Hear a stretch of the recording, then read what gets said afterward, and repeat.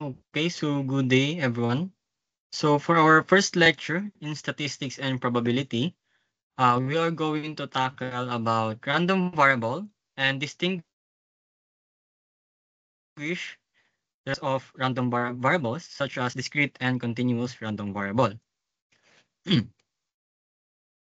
Now, for our learning objectives, students should be able to do these three objectives, such as show what a random variable is and tell the difference between the two types of random variables, such as discrete and continuous. And then list the possible values that a random variable can take. So it will be tackled in detail later. Now, the last one is show understanding of the key ideas about random variables and how their probabilities are spread out. So first, ano muna yung random variable? So according to this, a random variable is a number that represents the outcome of a random event. It comes from something we can predict exactly, like flipping a coin or rolling a dice, but we can list all the possible results. So from the word itself ng subject, probability, so hindi mo siya exactly kayang alamin kung ano yung mangyayari, but rather you can predict, right? You can predict kung ano yung mga possible na mangyari, possible results, possible outcome based sa experiment or rather scenario that you are trying to study. So, ang example ng random variable para mas maintindihan natin, first, when you toss a coin, counting how many times it lands on heads is a random variable. So, for example, you toss a coin twice. So, out of the two tosses or out of the two flips ng coin, ilan doon yung mag-generate ng outcome na may heads ka. So, yun yung tinatry nating alamin, right? Secondly, if you roll two dice, adding the numbers that show up is a random variable. So, pag nag-roll tayo ng dice, meron tayong, per die, meron tayong 6 faces. So, that would be, magkakaroon tayo ng 6 times 6, 36 probabilities or 36 possible outcomes rather. And then for a spinner, iba naman yung magiging scenario nito. When you spin a spinner, the result it lands on is a random variable. So, alam niyo yung parang sa name, yung umiikot na name na website. So, if mag-spin ka doon randomly, so kung for example, meron kang 8 names na nakalagay, out of 8, ilan yung chance na makukuha yung name mo? So, ganun yung pinaka-concept ng random variable, right? So there are steps in finding the values of random variable. We can use either letters X or Y to represent the outcomes of your experiment. And then second, list all the possible outcomes. This is your sample space. Pag sinabi natin sample space, ito yung kabuuan ng possible outcomes na pwede mong makuha within your experiment. So for example, nag-toss ka ng dalawang dice. So nag-toss ka ng dalawang coin rather. So per coin, meron kang at least 2 possible outcomes. So since 2 yung sample mo, and then 2 din yung possible outcomes nilang dalawa, 2 times 2 is equal to 4 lang. So your sample space would be 2 times 2 is equal to 4. So 4 yung sample space mo. Meaning, in short, ang pinaka maximum possible outcomes mo, maximum number of outcomes would be 4 also. Then the third step is count how often each value of the random variable shows up. So for example, nag-toss ka ng dalawang coins, right? So meron kang 4 possible outcomes. So out of the 4 possible outcomes, bibilangin mo ngayon kung ilan yung heads, yung ilan yung possible na heads yung lumabas. Right? For example, gusto mo malaman na ilang pang ilang flip ng coin yung mag-generate ka ng 2 heads. Right? So for example, 3 coins are flipped. So let X represent how many heads show up. What are the possible values that X can take? So example niya yun. And then suppose 2 light bulbs are checked for defects. Let X be the random variable representing the number of defective bulbs. Find the possible values of the random variable X. So another example yun ng random variable natin. So, para mas maintindihan natin, siguro mas mag-delve na tayo sa pinaka-example, yung magso-solve tayo. So, example 1, ito, iso-solve natin yung these two examples. So, 3 coins are flipped. Let x represent how many heads show up. What are the possible values that x can take? So, ito na, hahanapin na natin yung x. So, from the previous slide, ito yung random variable natin, x or y. Pero dito, ang hinihingi niya, represented by x yung random variable. Okay. So, let's try to solve this one. So, 3 coins are flipped. Let x represent how many blah blah blah. Okay. So, first, ang gagawin natin is maggawa tayo ng tatlong coins. For example, so ito yung coin 1, coin 2, and then coin 3. Okay? Ngayon, since 3 coins are flipped, simultaneously yan. So, sabay-sabay mo silang binato. Right? So, ang possible outcomes lang nila is either heads or tails. So, ang technique dyan is ganito. Ganito yung pinaka-method na gagamitin natin. So, sa first coin, it could be either heads or tails. Right? Ngayon, yan lang yung possible outcomes na pwede mo makuha. Right? Ngayon, sa second coin, yung coin 2 natin, if your coin 1 is heads, it could be that your, it could be that your second coin is heads, or it could be tails also. Right? Eh, what if naman yung first coin mo is tails? Pwede din ng second coin mo is heads or tails.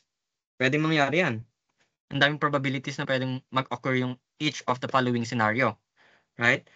So, if nalista na natin yung bawat isa, for coin 1 and coin 2, move on na tayo sa third coin kasi meron tayong tatlong coins eh. So, if both coins 1 and 2 are heads, it could be that coin 3 could be heads or tails. Pwede mangyari yun. Head, head, head, head, head, tails. Pwede mangyari yung scenario na yun, right? Now, gagawin lang natin siya continuously until mabuo natin yung for coin 3.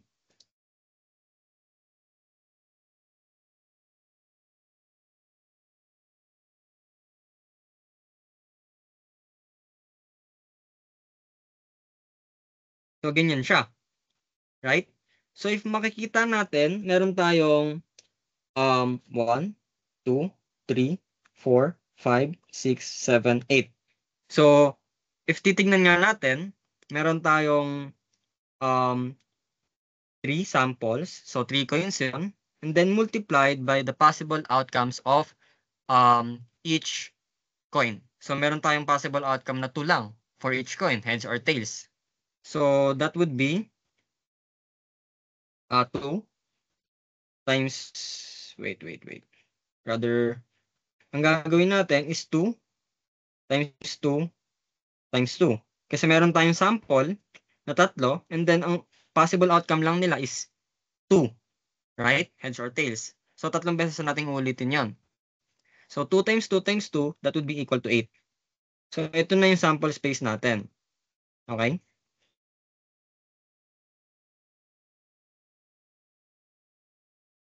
So, yun na yung sample space natin, 8.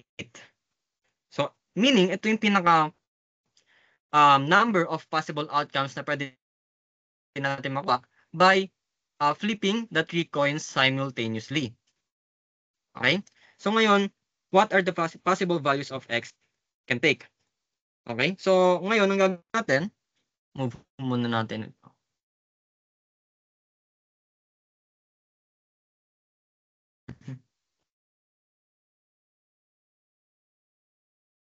Alright?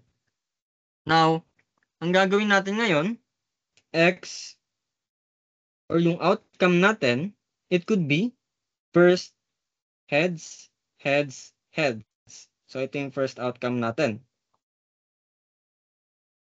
So, second outcome, it could be heads, heads, and tails.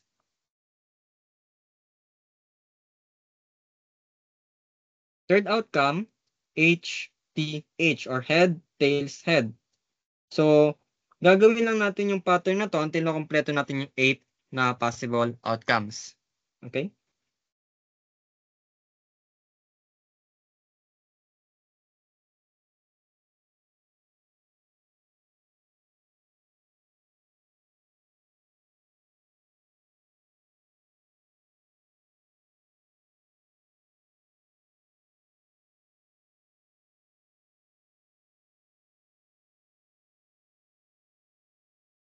Okay, so ayun yung pinaka-possible outcomes na pwede natin makuha. So, ang sabi, X is represented by how many heads show up. So, bibilangin natin per outcome ilang heads yung lumabas. Okay? So, for the first outcome, ilang heads yung lumabas? 3. Right? So, lagyan ko ng symbol to ng number. Okay? For the second outcome, meron tayong 2 heads. Then, continuing this pattern, tuloy natin hanggang 8. 8th outcome. Okay. So ngayon, natapos na natin yung 8 outcomes, i-check natin by ocular inspection ano yung mga values na meron sa X. Ito sila. Right? 3, 2, 1, 2, 1, 0. So, ine-neglect natin yung mga redundant numbers. Bakit? Kasi, ang tinatanong lang, what are the possible values that X can take? Eh, yung 1, kapag naulit yon, 1 pa din naman yung value niya. Hindi naman nagbago. Right? So, ililista lang natin kung ano yung mga possible values ni X. Okay? So, X could be 0, it could be 1, it could be 2, or it could be 3. Gets? So, meaning, by the question itself, let X represent how many heads show up. So, pwedeng, by ocular inspection, pwedeng walang heads na lumabas, or 0. Okay? Pwede namang 1. Pwedeng isa lang yung head na lumabas. Ano yung mga outcomes na yun? These are outcome 4 and outcome 6 and outcome 7. Or it could be there are 2 heads na pwedeng lumabas. Ito siya. Right? So, ang outcome na ito is outcome 2, 3, and 5. Right? Now, for the itong 3 na to, pwede daw sa isang outcome merong 3 heads na lumabas. Meron chance na ganon. So, ito yon. Anong outcome yon? The first outcome. Right? So, by doing these statistics and probability or random variable testing, malalaman mo yung mga possible outcomes na pwedeng mangyari by your experiment. So, there are wide use of these statistics and probability na ginagamitan ng random variable. Okay? So, ito lang yung isa sa mga simpleng example ng random variable. So, let us move on to the second example. Suppose 2 light bulbs are checked for defects. Let X be the random variable representing the number of defective bulbs.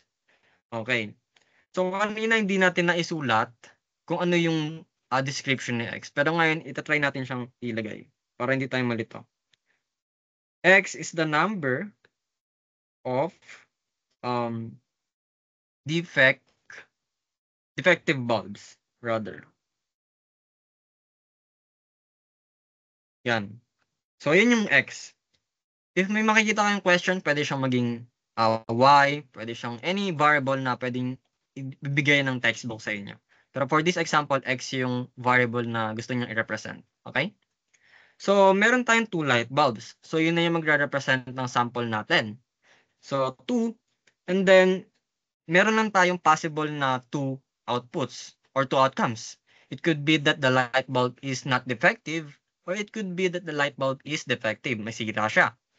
So, ang sample space natin, it would be, yung sample natin, ilan ba yun? 2. And then yung possible outcome is 2. So, isusulat natin, yung, imumultiply natin yung possible outcomes by the number of the sample. So, 2 times 2 is equal to 4.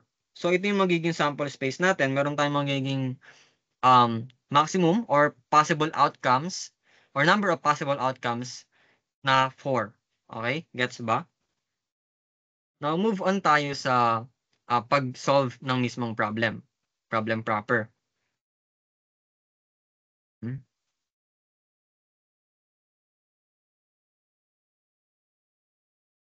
Let's try to solve this. Move pa lang dito. Now, gawin natin yung ginawa nating pattern for the 3 coins. So, ito medyo mas madali kasi dalawa lang yung sample natin. Pero the more na nadadagdagan yung sample natin, the more na mas nagiging tedious or matagal gawin yung solution natin. Right? So, let's denote bulbs as B. So, bulb 1 and bulb 2. So, magle-let ako ng variable dito. So, let D is defective and N is not defective. Okay? So, nag-let ako ng variable. Let D is defective and N is not defective. Okay. So, yung first bulb natin, dun muna tayo mag-focus, it could be defective siya, pero pwede din namang hindi siya defective. So, basically, okay siya. Gumagana. And then, when our first bulb is defective, pwedeng yung second bulb natin is, or it has a result of both D and N. So, pwedeng defective siya, pwedeng hindi din. Right? So, by doing this, makikita natin, parang, ay, gets ko na. If your first bulb is not defective, pwedeng ang second bulb ko is defective. Pero pwede din naman, ang second bulb ko is hindi din defective. So, pareha silang okay. Pareha silang functional. Right? So, by ocular inspection, makikita natin yung S, no, is 4, or yung sample space natin is 4. So, if i-check natin, count natin lahat ng outcomes, it's also 4. So, i-check natin. So, lagyan na lang natin mga outcome. So, it could be sa first outcome, D, D. So, meaning, both bulbs are defective. So, kailangan mo nang bumili ng bago. Now, for the second outcome, DN, so isa lang yung sira. Isa lang yung sira. Yung first bulb mo lang. Kasi siya lang yung D. Now, for the third outcome, pwedeng na-reverse naman. Yung first bulb mo, not defective. Pero yung second bulb mo, yun naman yung naging defective. Right? Now, for our last outcome, it could be parehas silang functional, which is NN. Hindi sila defective parehas. Right? So ngayon, ano ngayon ulit yung X? X is the number of defective bulbs. So, maglalagay tayo ng another column. X is the number of defective bulbs. So, sa first outcome, ilang ba yung defective bulbs? Dalawa. Bibilangin mo lang yung D. Right? 2. And then doing this for all outcomes, meron tayong 2, 1, 1, and 0. So, by ocular inspection ulit, makikita natin yung mga possible values ni X, which is 0, 1, and 2. So, X could be 0, 1, or 2. Okay. Sabi, pwede daw na yung X mo or yung number of defective bulbs mo is 0, meaning wala kang defective bulbs. So, nagpo-fall on siya sa fourth outcome natin. Ito. Or pwede din naman na yung X mo or yung number of defective bulbs mo is 1 lang. So, ito siya. Outcomes 2 and 3, right? Pwedeng isa lang sa kanila is defective. And yung last, pwedeng both of them are defective, which is ito. Yung first outcome na ginawa natin.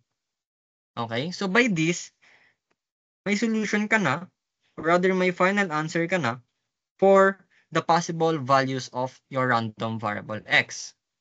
Right? So, ito na yung pinaka-solution natin for both of these question. Right? Now, after that, move on na tayo sa pag-distinguish ng discrete and continuous random variable. Ano ba yon? After natin malaman kung paano isolve yung possible values ng random variable x, move on tayo sa two types ng random variable. Kasi meron tayong dalawang types. It could be discrete or continuous. Right? Ito siya. Now, sabi dito, a random variable is a number that comes from the result of a random experiment. So, parang yun yung in-explain natin kanina. Yun yung tinatry natin i-build up na concept. No? Nag-solve na din tayo para mas maintindihan natin ng husto. So, a random variable is called discrete if it has a limited or countable number of outcomes that can be listed. So, pag discrete daw, countable siya, meaning whole number lahat ng tinatry mong alamin na variable or tinatry mong i-count na variable. Now, a random variable is called continuous if its values can take on any number within a range or interval. So, hindi nakalagay dito na pwedeng it could have a decimal value, right? A decimal number. Pero, once na yung variables mo is nagkaroon ng decimal values, magiging continuous na siya. Okay? So, a random variable is continuous if its values can take on any number within a range or interval. So, focus tayo dyan. Pag sinabing within a range or interval, meaning, for example, negative 2 to positive 2 is a range. It's an interval. So, ang range natin from general mathematics, di ba, ito yung, what do you call this? Y. Kumaga parang, i-check natin kung ano yung layo niya in vertical axis. Pero dito, ang range, it's the interval or yung nasasakupan ng random variable mo. Yung values ng random variable mo should fall within this range. Yun yung sinasabi ng continuous. Ngayon, ang dami kong sinasabi pero parang ang hirap niya pang i-grasp. So let's move on to example of these two types of random variable. So pag sinabing discrete, countable value siya. So example, 0, 1, 2. Continuous uncountable values over an interval like height, time, weight. Now, kung makikita nyo, parang may makikita kayong pattern na sa continuous variable, lahat sila is measured. Right? Height, parang sinabi ko kanina. Yung height natin, mini-measure, right? Gagamit tayo ng metro. Yung time, gagamit tayo ng clock. Or if may circuit ka, pwede mong gamitan ng circuit yon. Yung weight, gagamitin mo din siya ng scale. Right? So, lahat to is measured variable or measured quantities. So, kapag measured, di ba, pwedeng magkaroon ng decimal values or decimal number? For example, sa height. Pwede kang maging 163.5 centimeters. Sa time naman, sa seconds, pwede kang magkaroon ng at least 50.5 seconds. And weight, pwede kang maging 50.1 kilogram. Basta may decimal value and within a range. Right? So, continuous yung tawag doon. Kapag discrete naman, ito yung basic definition niya lang, countable siya, and whole number dapat. Yun yung pinaka-satisfactory condition niya. 0, 1, 2, 3, 4, 5, and up to certain value. Right? So, parang mas may tindahan natin gawa tayo ng parang real life examples. So, sa discrete, number of heads in 4 coin flips. So, kanina, gumawa tayo ng coin flip and bibilangin mo sa coin flip na yon, yung 4 na coins mo, ilan yung heads na lalabas. So, bibilangin mo lang siya. So, ang sabi, x could be, so, ginamit ko na yung variable na x, random variable x, it could be 0, 1, 2, 3, and 4. So, yun yung sinasabi ng discrete random variable. So, pag nag-flip ka daw ng coin, pwedeng 0 yung number of heads na lalabas. Meaning, pag nag-flip ka ng 4 na coin, walang heads. It could be 1, it could be 2, 3, or 4. Right? Parang ito yung example natin kanina. Pero nasa higher, na siya, higher degree kasi up to 4 na siya. 4 coins. Now, number of missed classes. You can count how many.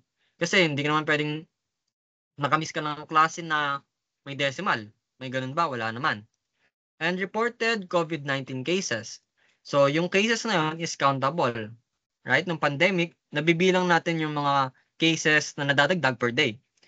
So, wala naman tayong cases na 1/2. May COVID ka ba? 50-50, wala namang ganun, right? So, countable siya. So, ito yung mga example ng discrete random variable. Now, for continuous random variable, ito na yon. Parang ito siya, height, time, weight. So, measurable siya. So, weight of a newborn baby, example, 2.8 kilograms, 3.25 kilograms, 3.7 kilograms. So, lahat sila may decimal value. Paano naman kapag walang decimal value? Like ito, 150 ml. Although wala siyang decimal value, pero name-measure siya. Right? Ito, milliliters. 200.5 milliliters. 250.75 milliliters. So, ito yung amount of milk in a glass. Now, third example is temperature. So, name-measure mo din siya by thermometer. Right? So, example is 98.6 degrees Celsius, 100 degrees Celsius. So, ito yung boiling point ng water if may nakakalam sa inyo. And then, 101.2 degrees Celsius. So, di ba, if ocular inspection lang, lahat to measurable quantity. Lahat sila na may measure. Then, lahat sila pwede magkaroon ng decimal value. Unlike sa discrete, wala ka namang pwedeng, what do you call this? Decimal value. Sa coin flip nga, hindi ka naman pwede magkaroon ng 1/2 or 0.5. Kasi kapag nag-flip ka ng coin, parang ang hirap naman na magkaroon ng coin na tumayo pag nag-flip ka, right? So, it's either heads or tails lang. Two possible outcomes. So, ito. Para mas maintindihan natin. Number of steps taken in a day. So, i-classify natin siya yung lahat to random variable pero meron tayong two types. I-classify natin siya if it is discrete or continuous random variable. So, number of steps taken in a day. So, if bibilangin mo yung number ng steps, countable siya, right? Full number. So, discrete siya. Then second, number of emails received per day. Discrete siya. 1 and 2 is discrete. 3, speed of a moving car. So, speed, it is a measurable quantity. In meters per second, it could be. And 3, falls in continuous random variable. So, kasi pwede siya magkaroon ng decimal value Right? So, amount of rainfall in a month. So, if you check mo yung amount of rainfall in a month, parang ang hirap niya bilangin, right? Pero, mamimeasure mo siya by milliliters or by volume. So, it falls under continuous random variable. Now, for the fifth example, age of a student in years. So, in years ito So, wala kang bibilangin na months, days, right? So, in years lang siya. If counted in whole years, ito na yung hint mo. So, it falls in discrete random variable. Now, time it takes to boil a water. So, pag sinabi natin time, it could be 10 minutes, 15 minutes, or 15.5 minutes. So, may decimal value siya and nami-measure siya by timer. Right? If maglagay ka lang ng digital clock dyan, check mo kung gaano katagal mag-boil yung water, nami-measure siya. So, it falls in continuous random variable. So, andito din siya. Right? Sample 3 natin yan. Ayan. So, discrete, yung number 1 and 2. And age of a student in years is also discrete. Ang continuous natin is 3, 4, and 6. Okay? So, that ends our discussion in random variable and distinguishing discrete and continuous random variable. So, napag-aralan din natin yung paano mag-solve ng possible values ni x or our random variable x. So, if master nyo na to, pwede na tayo mag-proceed sa next lesson, which is properties of discrete probability distribution. So I hope you learned everything that I have said. So thank you for listening.